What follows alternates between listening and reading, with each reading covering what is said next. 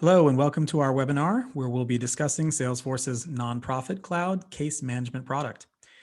During this session, we'll be talking through the features, walking through a demo, and offering up our thoughts and experiences in implementing this module for our customers. Before we go any further, I want to start by thanking you. Thank you all for taking the time to watch this recording. And we'll be sharing our contact information at the end, and we encourage you to send us feedback so we can continue offering content that will help you on your Salesforce journey. My name is Ruben Singh, and I'll be your presenter today. I'm the founder and CEO of 1/10 Consulting. 1/10 is a boutique consulting firm that exclusively serves nonprofits. We are a registered Salesforce.com and Salesforce.org partner and work closely with organizations in moving their mission forward through a variety of services, including strategic guidance, CRM implementation, training, and user adoption. I'm personally really excited about sharing this functionality with you today, simply because we at 1/10 work with a lot of human services organizations, and we've seen firsthand how challenging the case manager role is at these organizations. And for too long, case managers have been using tools not really designed for them. So it gives us great pleasure to offer something to our nonprofit customers that can help streamline their work, reduce manual processes, and ultimately help them provide the highest quality care for their clients. The organizations that we work with doing case management were either using spreadsheets to manage long-term care, or they were using homegrown applications or databases separated from Salesforce. And those that were using Salesforce were using case features and queues through Service Cloud. And while it's understandable to use that functionality, it's definitely not ideal. The functionality that was built for help desk use and ticket management can really only take you so far when you're trying to manage client care for counseling, housing, and legal advocacy. So many of our customers built their own custom processes within Salesforce, which of course has its pluses and minuses. In the last several months, the program management module has become an excellent addition to the nonprofit cloud suite to support human services. It's very good at defining who is in what program at any point in time and measuring your services delivered. Where it falls short is telling the full story of that client from the time of their first interaction with your organization to how they've progressed in their goals to the specific outcomes once they've left your program. It's that long-term story that we're missing. And that is where case management comes in and fills the gap with a user experience that is really designed for case managers. Now, with all recent products from Salesforce, these are all very well documented products. So I'm not going to spend a lot of time going into detail with the ERDs, the permission sets, the configuration steps, and so on. I'll point you to those resources at the end of the webinar, and I'm happy to have a follow-up conversation with anyone to go into more depth on those areas. But for this session, I want to focus on the kinds of things that you won't find in the documentation, specifically our experiences while implementing case management. So if you're considering case management, there's a few things you want to know up front. First and foremost, case management is dependent on the program management module. So you'll need both. And I believe, if I remember correctly, when you install case management, program management comes along with it. But both products are needed. Case management is dependent on PMM. If you're not familiar with the program management module, I encourage you to take a look at the webinar that we have available free on our website on demand. And as you may know, the program management module does not have any additional license costs, but case management does. There is a per user annual cost there, and I'll be sharing more information about that towards the end of the webinar. The other point is, as you can guess, case management is compatible with NPSP, but it's not required. You can use it on other editions not using NPSP. And the last point I want to bring out is, I know this is something I was a little confused with at the very beginning when I learned about case management. It is not really related to the Service Cloud case functionality. So there is a small area where there's overlap, where case management does use the standard case functionality that's available in Sales Cloud and Service Cloud. But think of these as two very different products, and you do not need to have Service Cloud running in order to make case management working here. Okay. So let's go ahead and talk about some of the key features. It's these 7 features that are really going to be the focus for our presentation today. So first of which is the enhanced homepage. And this is really designed to give case managers everything they need at their fingertips to manage their day or to quickly take action. You'll see in the top right-hand corner, I can easily look at the program engagements I'm responsible for. I can quickly create progress notes or interaction notes. I can create a new contact. It's all available to me, as well as my events, my task, and key incidents that I need to be aware of. The other feature is the enhanced search functionality, and this allows you to search on clients. And I say clients specifically, these are only contacts that are flagged as clients. And you can search on any text field, including last name, birth date, ID, which we'll talk about in more detail. Global search is still available, but this is a more enhanced search that is accustomed to how case managers look up clients. So this is now available. The third feature we're going to talk about is the client snapshot. And this is really my favorite feature. The contact page has been completely redesigned to know exactly where a contact is at any point, what programs they're engaged in, any incidents they may have been involved in, their case plans, assessments, and notes, which we'll talk about in a little bit more detail. But here's also where you'll see any critical alerts. So you'll see in this case with Sharon, I've noted that she's been recently divorced. And I've also mentioned that she is on the watch list. And that watch list definition is really anything that you define it at your organization, but someone who might just need special attention for a period of time. So those critical alerts are something that we can add to this contact layout. Another item I wanted to talk about is case notes. This is a very flexible way to capture interactions. And this is where case managers are going to be spending a lot of their time. It's not quite meant to be tasks. It's not quite meant to be chatter. And I typically see this with the case managers that I work with. They refer to this as, oh, this is where I track my progress notes for each of my clients. All right. And then we also have case plans. And this is where we can set custom goals for each client as they pursue our programs. Or we can apply a templated set of goals that are pre-built. And we're going to walk through those in the demo. We also have assessments. These are give you the ability to track quantitative performance, say on a proficiency test that you're tracking on behalf of the client. And last but not least, we have incident tracking. And this is where we can track whether the client has been involved in any sort of altercation, legal issue, or anything else that may be relevant to surface for case managers. All right. So those are the 7 areas that we're going to cover in our demo. I'm going to jump into the demo now. But before I do that, I want to take a quick detour and give you a 2-minute refresher on the program management module functionality. Without a foundational understanding of PMM, it's going to be a little tough to understand where the case management leads to. So I thought let's start here. As you know, we, as a human services organization, we offer programs. That program could have many services associated with it.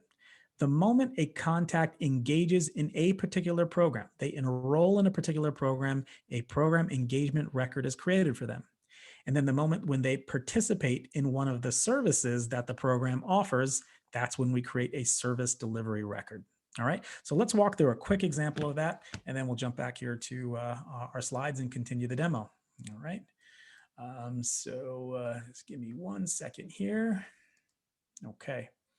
And so what I'm going to do here, let's start with programs, and I'm going to go to the housing program. And so this is just basic information about what the housing program offers. For this particular program, we have 3 services. We have the housing orientation, counseling, and assistance. And the way I engage a individual to this program is I say add contact to program. And in this case, I'm going to associate Haley to this program. We're going to say that she is a client. We're going to say that she is enrolled and the start date as of today. I save that, and that is going to create a program engagement record for Haley. And so that's where I track who is in what program.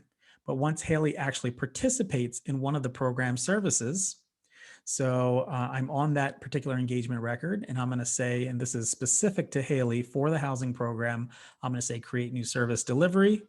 And I'm going to say that Haley participated in the housing orientation today. And that was one session, one orientation that she participated in. I'm going to hit save. So that is in simplest form, the way that we create an engagement record and then how we create a service delivery record. And now we can measure our results and see who's in what program and how many services have we delivered. All right. So that's just a very simple overview of the program management module functionality. All right, let's jump back to our slides here for a second. Okay. And so in case management, as you saw there, this is very, very good at capturing who's in what program and what services have we delivered. But we need something that's going to track the full process from intake to creating our assessments and case plans. So this is what we're ultimately going to measure our success or measure our outcomes. And then we also have the program engagement and service delivery component that I just showed you. And then we can go back to our goals, go back to our assessments and see, did we accomplish what we set out to for this particular client? Are they where they need to be right now? And if not, let's see what we need to tweak in order to get them where they need to be. Now, I kind of made this look somewhat linear, but it's not always linear. You could potentially go directly from an intake to program engagement. So there is some flexibility in what order that you do things here. But just conceptually, I wanted you to see this idea of an intake, being able to set some goals for the client, enroll them in programs, and then measure our outcomes. Okay, so for the purpose of our demo here, we're going to assume this fictional Baltimore-based organization. It's a refugee service center called Be More Refugee Service Center, and we offer services for refugees who are settling in their new home. Okay, so let's go ahead and go into the system. All right. Okay, so when we first log into the system, we are taken to this home screen. And as I mentioned, just a lot of information and a lot of quick ways to create new contacts, new notes, and view my program engagements. But for what I'm going to do here, and every organization does this a little differently, but at Be More, the way we do it is we have a queue of cases of inbound referrals, and then our case managers are monitoring and they're looking to see something that is specific to their area. And as long as there's people in the queue here, they'll just pick up one of those items and start working on it. So as a case manager, I see, okay, there's Sharon Kim right here. I'm going to go ahead and take a look at this case that has come in from a referring organization. And I see that she needs job readiness support. Okay, no problem. So what I'm going to do in my case here is I'm going to first change the status of this to working, just so everybody knows that I'm working on this and nobody else should pick this up. But then I'm also going to go ahead and create an intake for Sharon. So I say create intake here on that top button. And you can see that I have the actual inbound case that this was, that Sharon's situation was referred to us with. And I see that Sharon already exists in the system. She has a client ID that we generated. And you'll see that the client ID can either be generated manually here, or if you choose to, if you have it from a legacy system, those client IDs can be supported as well. I have basic demographic, contact, emergency information about Sharon on file. I can upload information. And I can track results. There's so much going on here. So what really helps us guide us through this intake process is we can create checklists, and this is completely configurable, completely customizable. And let's say as part of Be More's Refugee Center process, there's different intake processes depending on the scenario. So let's say I have general intake for most clients, but if it's an asylum case, then I have to handle a little differently, and there's different steps I need to take. In the case of Sharon, since she's looking for job readiness support, I know that I can follow the general intake checklist. And what this is going to do is just give me a series of steps that I can follow to make sure I've accomplished everything I need to as part of this intake process. So as part of, these are my 4 sections, validating that the inbound referral is in place and everything's closed out there, collecting information, verifying their documentation, and then assessing all the program needs that they might have. Each of these can be broken down, and I have sub-steps underneath. Again, completely configurable, completely customizable, and I can check off as I've completed each one of these throughout this process. And I don't need to do it all at once. It doesn't even need to be in order. And then some of these may not apply.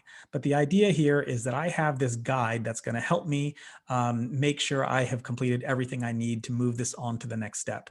So I'm going to, let's just say I get to the point where I update the inbound referral and I close that out. I verify the appropriate information on their file to make sure it is what we need.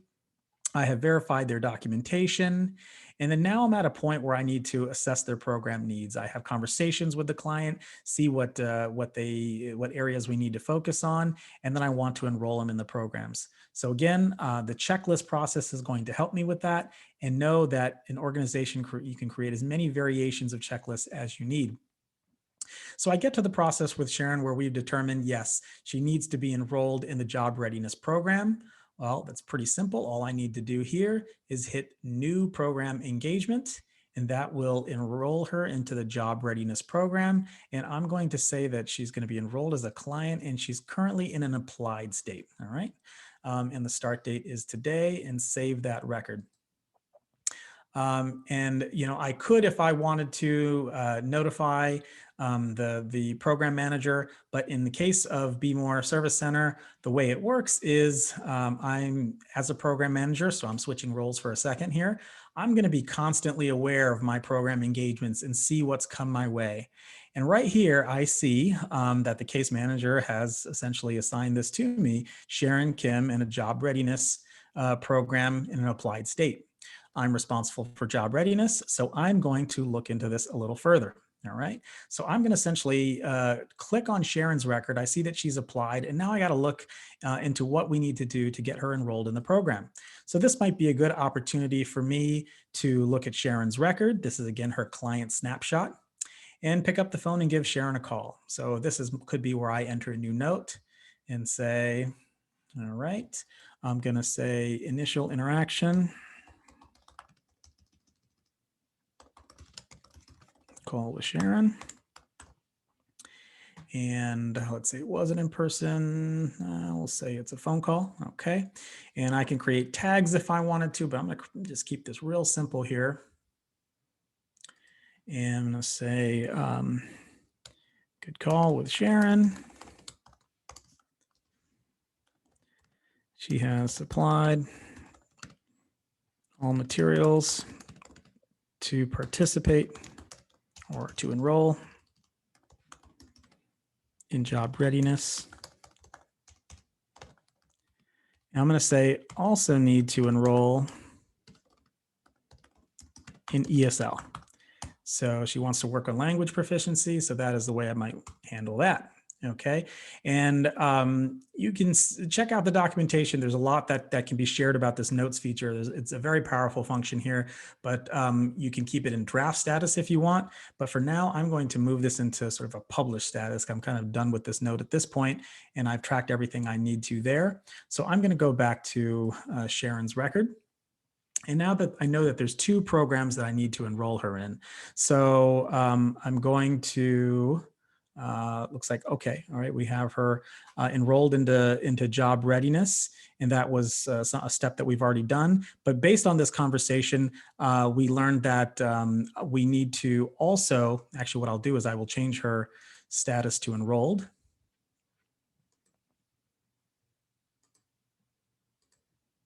But the other thing is she also mentioned ESL, and that didn't come in during the intake process. So we want to make sure that we enroll her to that program as well. All right, so I'm going to say add contact to program, and we're going to enroll her directly into the language proficiency program. Okay. So now we have Sharon's program engagements lined up. We know exactly, it looks like she's previously participated in housing. She's now enrolled in job readiness. And then we also have her enrolled in the language proficiency program, all three programs. All right. So now let's move along and take on some of the next steps here. We want to create a case plan for Sharon. So specifically around job readiness, there's certain steps and certain processes and methods that we want to follow to make sure that she's getting the most out of this program. So I'm going to say new case plan here. And I'm going to say this is going to be her job readiness program. And what I can do is I can assign specific goals to Sharon. And so we can measure those goals as we go along. Now, the thing is, we already have, if I select job readiness here, we actually have a templated set of goals that are already available for job readiness. So when I hit next, it says, do you want to look at the goals and templates that are predefined? And here's some of those steps.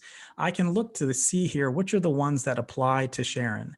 So I'm going to say, I do want her to draft a resume. I do want her to have some one-on-one practice interview, eventually apply to 35 positions, finalize her resume and secure that job. All right. And we're going to hit save here, and you're going to see that it will create. Let me just give this a second to refresh. One moment. Okay, it will create this goal for job readiness, and here's all the individual action items that we came up with here. I can select due dates for each of these, assign to if there's going to be different program managers or case managers assigned to it, and then track the status of each of these items. So, as I mentioned, I could have created new goals from scratch. I could apply a template and add new goals to it or edit those goals. But what I showed you in setting up that template is really to give you a starting point, and then you can make edits from there and customize this case plan specifically for Sharon. All right. And then you can, of course, have multiple case plans depending on the different programs that Sharon is engaged in. All right, so that's a little bit about case plans, and that is, again, a way that we start measuring the direction that we need to go with Sharon and making sure that she's getting all the services that she needs and is hitting all the goals that we've collaboratively come together for her.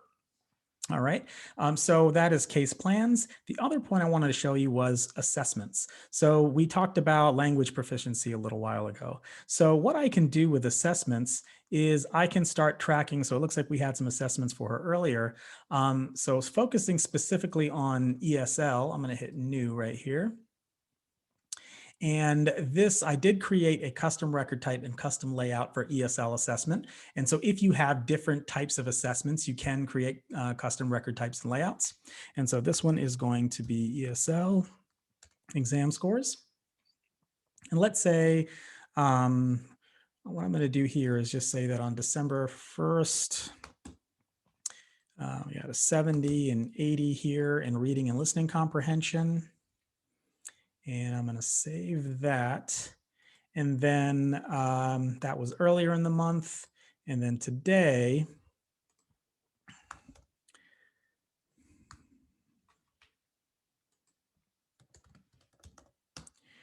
we have improved scores.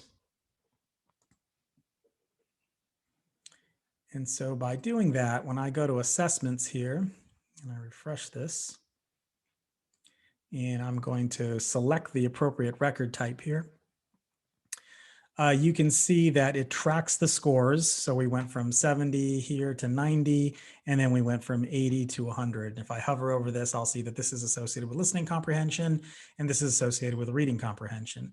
So over time, I can track the exam scores and analyze this and see where we potentially need to make some tweaks or some improvements in our programming. And then moving through the rest of the tabs here, this is where I can, of course, upload files that are relevant here. The details is essentially a view that you're accustomed to. This is essentially the contact layout where I can update demographic, contact information, address information, emergency, so on and so forth. So this is the common details tab that we're used to seeing. And then on the related tab, again, it's going to see all the related components that Sharon is associated with in the system. So I'll see all her intakes, all her cases. This is where I enter the client alerts, as well as all the notes that are associated with Sharon and her program engagements and service deliveries. All are captured here. So these are sort of the related tabs and the details tabs that we're accustomed to seeing in the standard contact layouts. So that covers majority of the areas that I wanted to show you here. The only other things I wanted to point out is, in the intake process, we went directly from intake into program engagement and such. But there could be situations where within the original intake form, maybe we couldn't help Sharon. Maybe that she was looking for financial literacy programs or counseling or something that we didn't particularly offer. So what we could have done in this intake process is we could have said new outbound referral and just fill out and say, hey, you know what, this is probably something that one of our other partner organizations can handle for us better than we can. And then I can enter whatever details I want to say why we're handing this over. Needs help with financial literacy. And that's a service that we may not offer here. And it could also be that you do both. You create an intake and you engage them in programs that we do offer, but at the same time, you might need to refer them out for certain things that they need that we do not offer. All right. So that walks through most of the areas that I wanted to cover. The only other thing I'd say is just reports in general. We're always accustomed to seeing some reports that are available. There are some out-of-the-box reports available for case management. If I go into folders, you'll see these here. And so some of you're probably familiar with the program management ones, but these are some reports that are specific to case management, intakes by stage, the top goal templates that are used, inbound referrals, so on and so forth. So this is always useful to see, what have we referred in, what have we referred out, so on and so forth. Okay, so while there was a lot to cover in this demo, I really hope that you got the main points here, that we do have an ability now to track the intake process, to set up case plans and assessments. So we are measuring our success in working with Sharon in a very clear way. So we know that we have very set goals. We have set parameters that we want to meet. So we can offer the highest quality care to Sharon. And then we also want to be able to take Sharon through the process, enroll her in the appropriate programs, make sure that she's getting the services that she needs, and then ultimately measuring our outcome to see, are we doing everything we can for Sharon, or are there things that we need to tweak in our program to better serve her? All right. That covers the demo, and we're going to just close out with a couple more slides and wrap things up. All right. So what do we like? We've implemented this now for a few customers, and we've seen sort of the ups and downs of it. And here's what we'd like to share. These are the things that we like. It does offer an enhanced user experience, and it's not just new functionality. Back in the old days, Salesforce would create new functionality, and it's basically new objects, new fields, new related lists, and it just clutters things up. This is like a completely redesigned experience. It's really thinking about the end user, the case manager, the program manager. And so it offers that customized homepage. It offers the visuals through assessments. It offers the client snapshot. So it really delivers, I know I keep saying it, but I think that's the most powerful part of this whole application, the enhanced user experience that's designed for human services. The second thing is it is its own managed package. It is not a variation of Service Cloud. It's not just help desk functionality with a few bells and whistles. This is its own managed package that is specifically designed for human services. The third point here is it is open source and build on top of it. So while there are different objects and fields and layouts and visuals there, there's not a whole lot of logic shooting all over the place. Different triggers going off and different workflows, which I like. I think that's where, organization by organization needs to develop as needed. So, build on top of it. Go ahead and add quick actions. Go ahead and add dynamic forms in your Lightning pages. Add approval steps. Add process builders, workflows to enhance and automate some features that you're not seeing right now. I also like how it's very flexible and adaptable. In particular, the goals and the checklists. There is not like this set stage that you need to follow or a certain number of steps that need to happen or this linear process that you need to go on.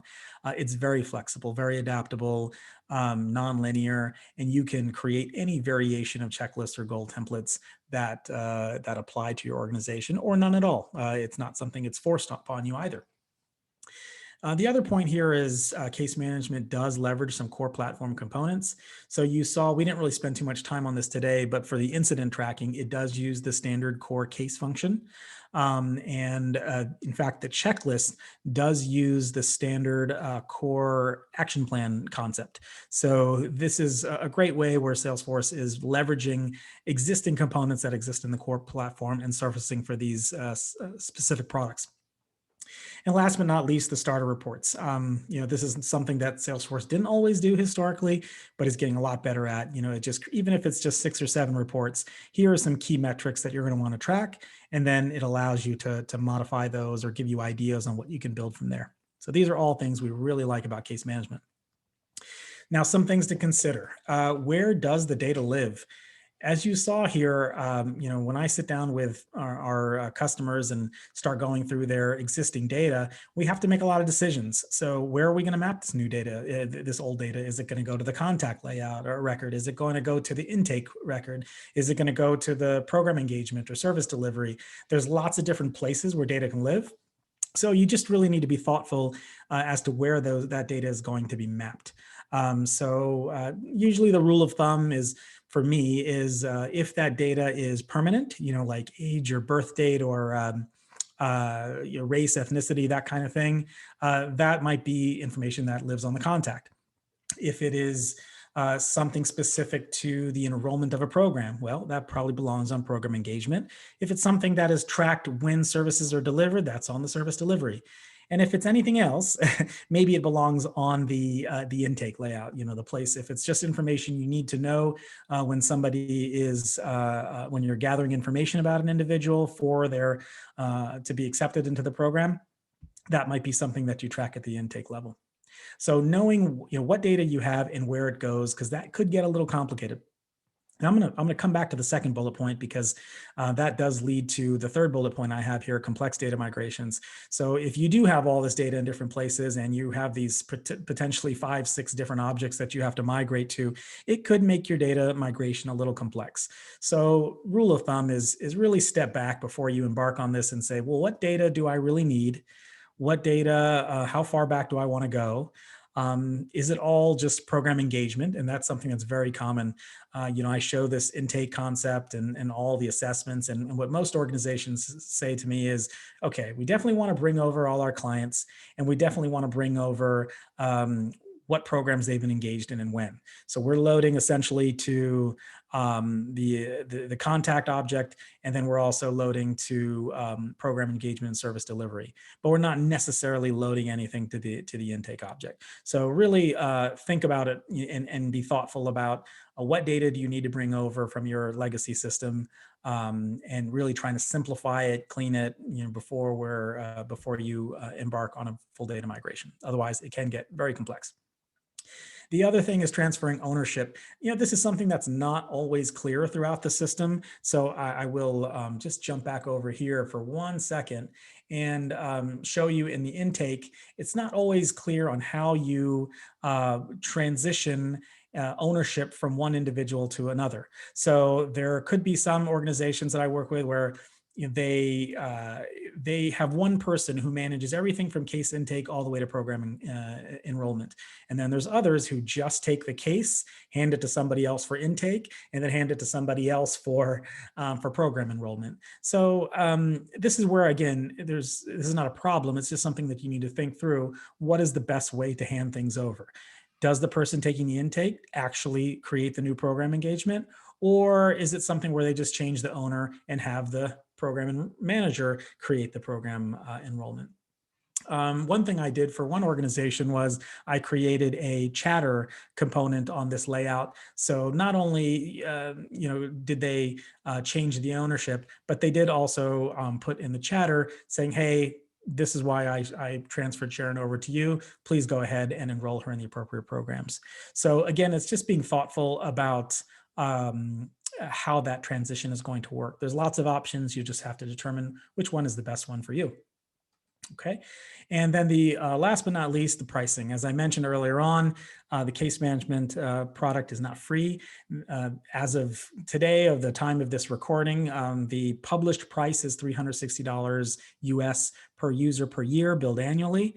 I would encourage, of course, before you go any further with this, to check in with your account executive to see if that is the most accurate price or if there's any discounts available, so on and so forth. So definitely something to consider is the price involved.